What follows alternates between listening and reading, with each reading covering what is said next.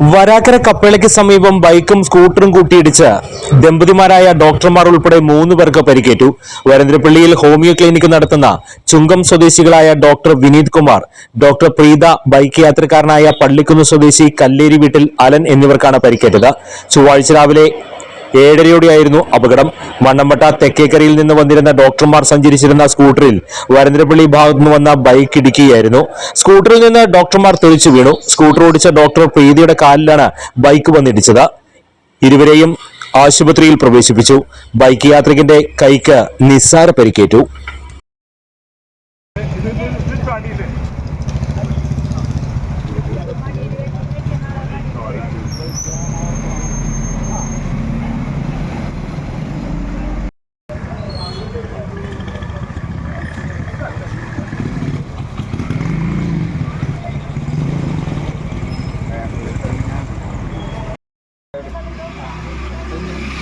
നല്ല വിഷയമാണ്.